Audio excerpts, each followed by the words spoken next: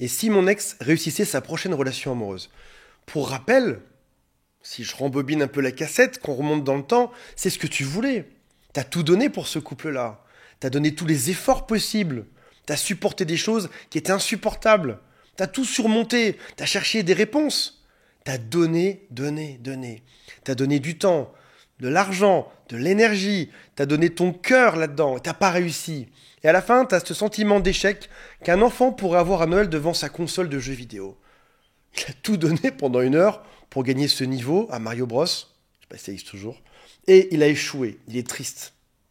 T'as échoué ce couple, comme cet enfant. T'as des regrets, des remords. Et puis tu te dis, si ça se trouve, c'est peut-être avec le prochain qu'il sera heureux.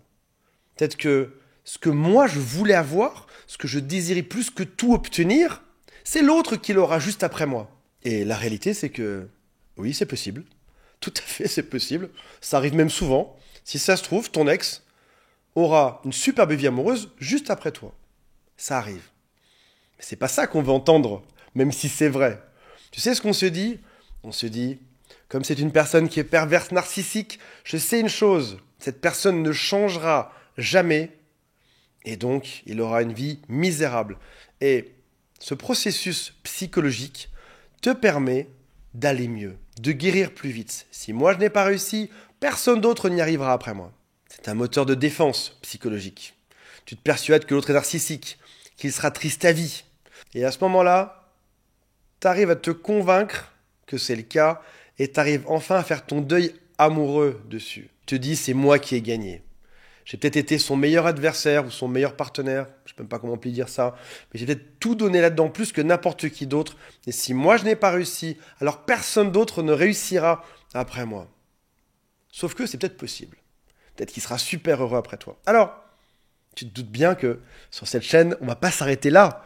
Parce que si ce n'est pas une personne perverse narcissique, en effet, il y a des chances qu'il soit plus heureux après toi. C'est même le concept dans un couple sain, quand on se sépare, d'être plus heureux ailleurs. C'est même plutôt une bonne chose. Maintenant, ce que je te propose aujourd'hui, c'est de vérifier si cette personne est réellement perverse narcissique ou pas. Et je te propose qu'on regarde des choses qui sont mesurables. Donc, voyons donc si la personne à laquelle tu penses est perverse narcissique et donc n'aura jamais une belle vie amoureuse.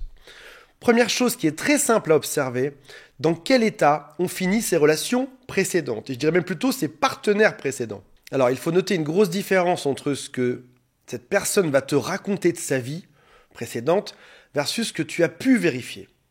Dans ce que lui ou elle t'a raconté, ses ex sont des pervers narcissiques, il a beaucoup souffert, ça a été atroce, il a survécu, et c'est une victime. Ça, c'est ce qui t'est raconté à toi. Mais peut-être qu'au cours de cette relation, tu as pu vérifier ce qui s'était réellement passé. Peut-être par exemple que vos amis en commun t'en ont parlé et t'ont décrit des choses qui ne correspondaient pas exactement à ce qu'on t'a raconté. Peut-être que ces ex étaient plutôt sympas en réalité. Et peut-être qu'ils ont fini dans un sale état comme toi. Donc, on peut dire que globalement, si toutes ces relations précédentes ont été tordues, tu es peut-être bel et bien en face d'une personne qui est perverse narcissique. Allons plus loin, on ne peut pas s'arrêter qu'à ça. Qu'as-tu subi dans cette relation? Est-ce que c'était juste une dispute, une fois, un jour, ou une dispute une fois par an, ce qui serait à peu près normal, peut-être encore une fois tous les 6 mois, ou est-ce que ces disputes se sont intensifiées? Est-ce que tu as l'impression que l'autre avait toujours raison, mais que toi, par contre, tu étais montré du doigt? Toi, tu avais toujours tort. Est-ce que tu as l'impression qu'on t'a rabaissé, qu'on t'a menti, qu'on t'a manipulé, qu'on t'a volé? Si oui, peut-être encore plus de chances que cette personne soit perverse narcissique et n'ait jamais aucune belle vie amoureuse par la suite. Point suivant, qu'en pensent tes amis? Ceux qui ont vu cette personne, ceux qui connaissent cette personne. Est-ce qu'ils t'ont conseillé tout le long de partir, de fuir? Ou est-ce qu'ils t'ont plutôt dit, fais des efforts, restez ensemble, vous êtes très bien tous les deux? T'as encore des doutes? Il y a un test en dessous, il est gratuit. C'est le test mondial officiel pour détecter si une personne est perverse narcissique. Il y a un peu plus de 20 questions. En un clic, c'est fait.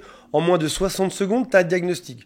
Toutes les personnes sur Terre utilisent ce même test. Alors, je ne dis pas qu'ils utilisent forcément le mien. Ce sont les mêmes questions du même test mondial. Que te dit ce test-là?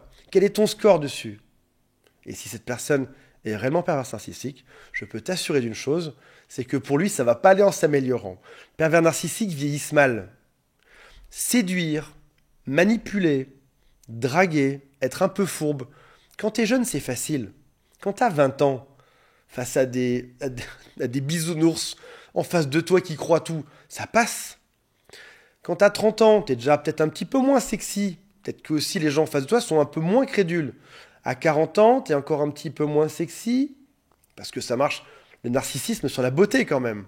À 50 ans, encore un peu moins.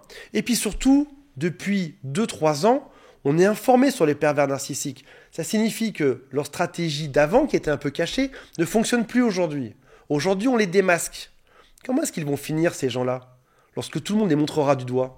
Alors certains font encore un petit peu illusion aujourd'hui. Ils font comme si, ils font genre, ils se montrent parfaits sous tout rapport, autour d'eux. Mais ils ont de plus en plus de mal à détruire.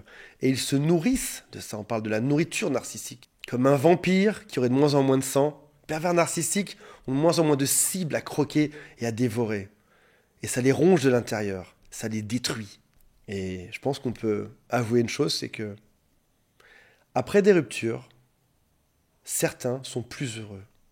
De la même manière que, après une rupture, aucun pervers narcissique n'est plus heureux. Voilà mes amis, je vous aime, salut à tous, bye.